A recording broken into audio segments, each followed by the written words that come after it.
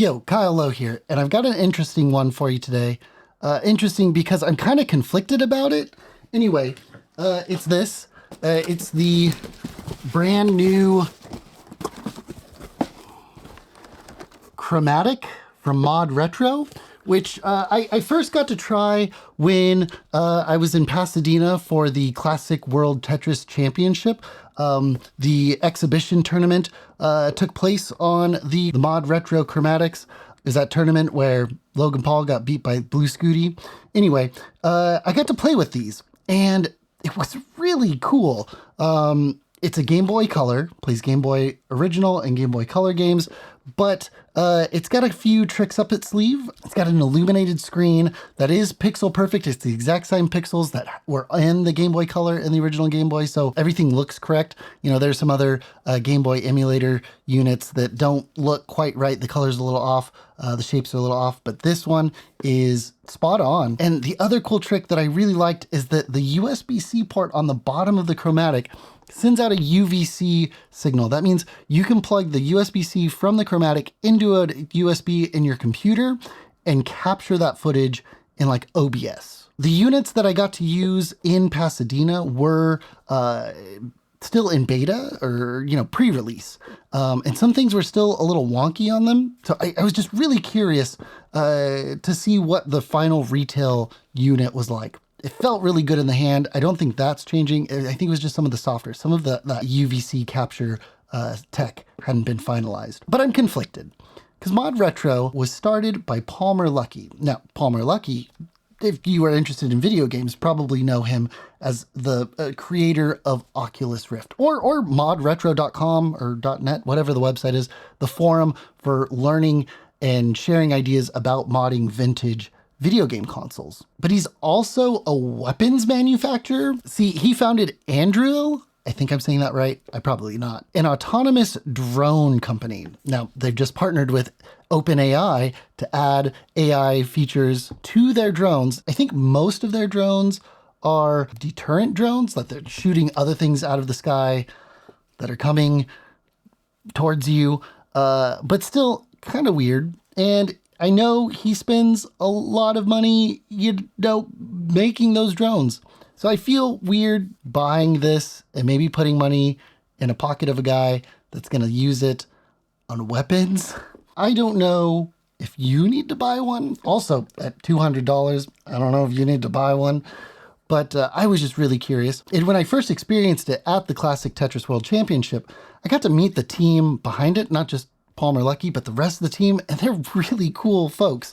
They're very passionate, and I think they made one of the best original Game Boy and Game Boy Color experience recreations.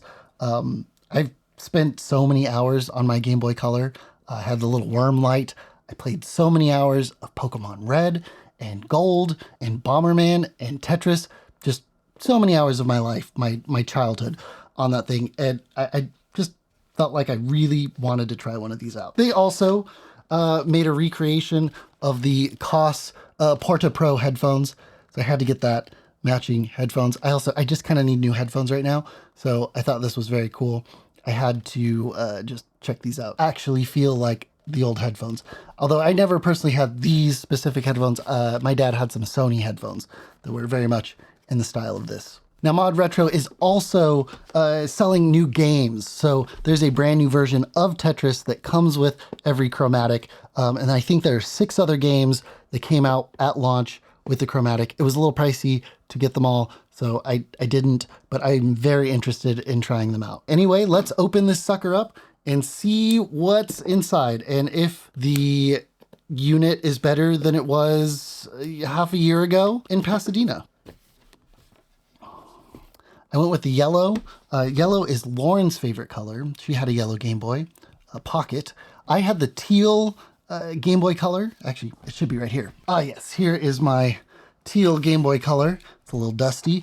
When I went to Toys R Us, I said, I want the green one. And I thought I was buying the lime green one, and this is all they had. And this is what they handed me, and I opened it, and I was like, oh, this wasn't what I thought. But I came to love it. It is a beloved Game Boy Color. The little battery holder little switch is broken, so I've got some gaffer tape on it, and I have my Game Boy camera.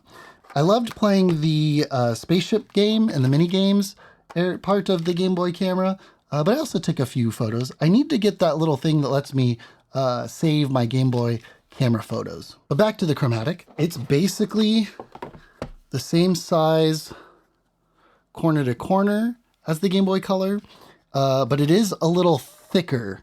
Maybe at the Game Boy Color's thickest point, it's about the same thickness, but it's got more of a squared off bottom part. It does also take AA batteries, but I believe it takes 3. Yeah, it takes 3 AA batteries. There's also a rechargeable battery that can go in here, but I've got plenty of in-a-loop batteries. Although I don't think I can charge the in-a-loop batteries from the USB-C. I'll just have to swap them out. It also has a link cable connection, but it does seem to have the Game Boy Advance link cable slot with the extra little divot in the corner there. No volume control on this side. It looks like it's on this side. And this is the power button, I believe. But this thing feels really good in the hand. It is metal instead of plastic, and it has a sapphire screen, which is very, very nice. Yeah, this is the new ModRetro Tetris game. I believe they made it officially with Tetris, an official Tetris product in the corner there, if you can see that right there. And I got to play this Tetris, or I guess to play a pre-production version of this Tetris at the Tetris tournament while we were testing the setup for the tournament, the exhibition tournament. Oh, and the last feature, it does have the IR blaster, which I believe you could use to like transfer some stuff between. I want to say like for Pokemon, you could transfer items with the IR, but you had to trade and fight Pokemon with the link cable. I can't remember. I'll have to look up what the IR blaster was used for. But this thing is very solid. The buttons feel fantastic. I would say the only thing that feels a little weak is the volume knob. This, you can hear that. That is the only thing that does not garner a ton of confidence, is the volume knob. Try to see this on the macro lens on my phone here.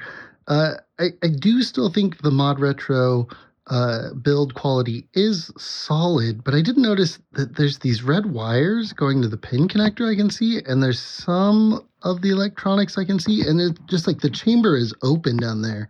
So I do worry about like condensation or humidity messing up the ModRetro. Now, obviously the pin connector would get corroded first, and that would be relatively easy to replace. But if I can access the motherboard through this venting, I would be worried about the motherboard getting corroded. That would be a bummer. Is there anything else in the box? Oh, there are some ModRetro AA batteries.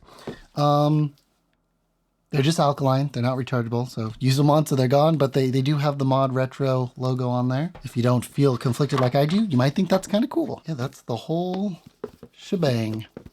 Let's check out the headphones. The future is retro.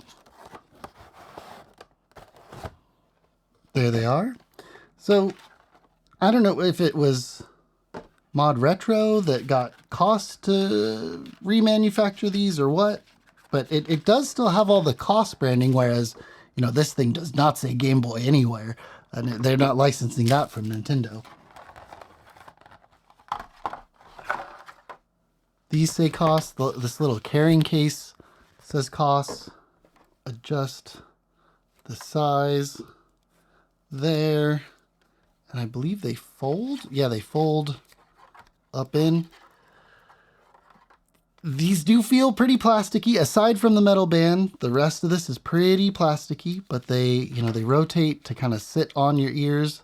These are the like little comfort bands. It's got the little slider. What does the slider do? Comfort zone. Adjust temporal pads to relieve pressure on the ears. I don't know. I've got them. I basically got them maxed out because I got a big old head. The temporal pads don't even reach my head. Oh, wait, no, I just made them click. I don't know what this is doing.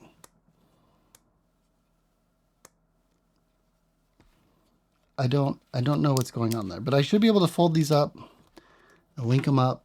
It would have been nice if they somehow could have worked signal through this thing, so I could put the wire just on one ear. That would be kind of cool. A little bit of an update, but it's okay. Also, no ANC, no active noise canceling on these headphones. I hear everything. Adapter. The cable is not like crazy long, but it's longer than my arm. That's nice. Moment of truth. I wish there was a way for me to like let you hear what they sound like, but there's no good way to share how headphones sound. Okay, so let's go to music. I was listening to Purple Disco. Surprising clarity in the bass for, speakers these size. The mids are a little muddy. You probably aren't going to want to listen to like too much vocals with this. The bass is kind of overpowering the sound in these headphones. The high ends even, I'm wanting it to be just a little bit crispier. Or maybe, I'm 35 and I'm losing my high end hearing. Yeah, mids are a little muddy. The high end isn't as crispy as I'd like, but the bass is clear. I'm listening to this track that's got, this disco bass guitar, but this is a track with Nile Rodgers' funky guitar playing, and it just doesn't cut through as nicely as I would hope. Okay, well, it's a fun little add-on for the Chromatic. It appears I paid $50 for these retro headphones. According to the ModRetro website, they're currently selling for $50 at least. That must have been about right. I need 3 batteries. This is gonna put my in-a-loop supply into an odd number. I don't like that, but I will live with it. I guess I should have gotten the rechargeable battery option. I thought it was just going to be 2, but 3 makes sense. The Game Boy Color took 2. All right, let's fire this bad boy up. Does the ModRetro screen instead of the Nintendo screen. Makes sense. Single player. Oh, I'm a new player. Oh, I can put my name in here. I can do marathon, sprint, ultra, endless. So I don't know if you can see this, but the screen is solid. It looks good. It is sharp, and it is bright. I think if I hit, that brings up a screen where I can change the brightness. I'm not even halfway bright. I can do a silent mode. Oh yeah, I can turn it up. I can turn it down. But yeah, even at its lowest lowest brightness looks like the backlight is off. And essentially the lowest brightness, pretty bright. Looks good, but I can really crank this thing up. I think is this overexposed? Where's my waveforms? Yeah, I am just clipping. That white is clipping. It is. If I go back, okay, now it's just barely not clipping. Wild. Oh, I can see my battery. There's an option called frame blending. Not 100% sure what that is. It says frame blending is something smart. I don't know. And there's use color correction, which I also am not sure. Maybe that's part of that thing that they were bragging about, like their colors are more accurate and recreating the colors from Game Boy Color games. I can change the controls for this menu, and there is firmware. And it's confirming that's the FPGA version 16. The last thing I want to test is the UVC, the video out, because with the demo units we were using 6 months ago at the tournament, that software wasn't finalized. And actually, when you brought in the UVC into OBS, the image was flipped and you had to unflip it in OBS. And I'm very curious if that has been resolved. So I'm opening up Orion on my iPad here, and I can, let's start a screen recording so you can see what we're looking at as well. And then I need a USB-C cable. This is my favorite USB-C cable, the CalDigit Thunderbolt 4 cable. It is both Thunderbolt 4 and, a very fast USB-C cable. Look, I can prove it to you with the USB-C tester from C2C Caber QU. Essentially, I plug in the cable on one end and I plug in the cable on the other end, and as the more lights that turn on, the better the USB-C cable is. It's fast. And then Yeah, there's only 2 lights that aren't lit up, and I believe if I flip this cable around, yeah, they flip to the other side. So this is just showing, how USB-C is reversible. Anyway, this C2C, super great for confirming that you have fast USB-C cables. Anyway, I'm going to plug this into Orion. I'm going to plug this into the Chromatic. Close the menu. And I should be seeing, because I used the Condor Blue capture card with this and it works really well. I also use one of those no-name capture cards with it. It also works okay. Well, let me grab my computer and actual OBS. Also, this is a cloth cut exactly for my 14-inch MacBook Pro that I closed the lid on to prevent, my keys and my trackpad, or at least the aluminum around the trackpad, from scratching my MacBook screen. Big fan of this. It was stupid expensive. It was like $30. It was like Shaggy Max or something. And I think there are other companies doing it. This is a great, nice cloth, cut perfectly for the MacBook. Highly recommended to keep my screen nice and clean, now that I've had this computer for 2 years now. Okay, we're opening up OBS and we're gonna plug the Chromatic in again. Oh, I have an update for OBS. We can skip this version. That's fine. All right, I'm going to, I'll just leave this existing scene, but I need a new video capture device, and we'll call this Chromatic.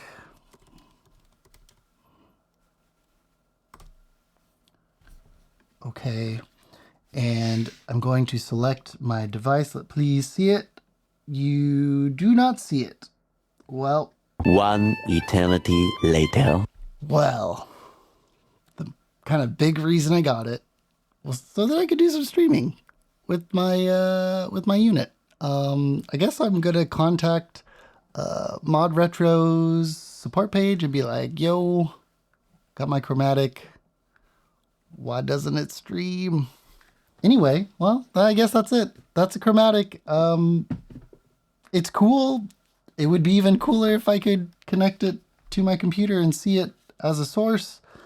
But it appears I cannot. I guess, is there a firmware update? The website says firmware updater coming soon. There is not currently a firmware update. Well, I guess I will contact their team and get back and see if we can get this resolved. Let's cut to you then. 2 weeks later. So literally like the next day after I made my video, the Chromatic team released a software updater for the Chromatic. And I was able to update it on a Windows computer at CMAC. And then I tested it in OBS on Windows on that same computer I updated it on. The updater was nice. It had a little 8-bit kind of vibe to it. I plugged in the Chromatic after I installed the updater, and then it saw the Chromatic immediately and was like, "Hey, I can't see what the firmware is on your Chromatic. I need to update the firmware." So I said, okay. And I actually had to run it twice. After the first time it said the update was complete, it was like, "I can't find the firmware on this Chromatic. Let me update it." And then after the second time, it stuck. But then I opened it on OBS and I tested it and it did work. But then I brought the Chromatic home and tried to plug it into OBS on my Mac, and the Mac still doesn't see it as a webcam source. And then I went back to the Chromatic website and then they updated their blog that's like, the instructions for streaming only work on Windows. We're still working on Mac and Linux compatibility. So, Chromatic, is it a good Game Boy Color? Yes, it's the best Game Boy Color. But does it work on the Mac or Linux for streaming? Not yet. So if you're like me and only have a Mac or a Linux computer, you won't be streaming through OBS or anything. I really want to get this little box that does UVC and then converts it to HDMI, so then I could plug it into my ATEM and stream from there, and then I have to, burn my CPU on my computer to stream. I can just have a dedicated encoder streaming. But yeah, the Chromatic is a good Game Boy. but it isn't compatible with all streaming yet, which is kind of like a big hang up. Now, granted, most people are streaming on Windows. I'm just a weirdo who only has Mac. But I'm sure there are other people in the boat like me, and consider this your warning that the Chromatic might not be a great get if you're Mac only. If you don't care about streaming, then that's fine. It's a great Game Boy to play. I still need to test the link cable, so I need to meet up with my brother. So I'll probably do a follow-up video on that. So if you like this video, hit the thumbs up. And if you want to see more, like a link cable test video, hit subscribe to see more. I'm Kyle, and I'll see you next time. Peace.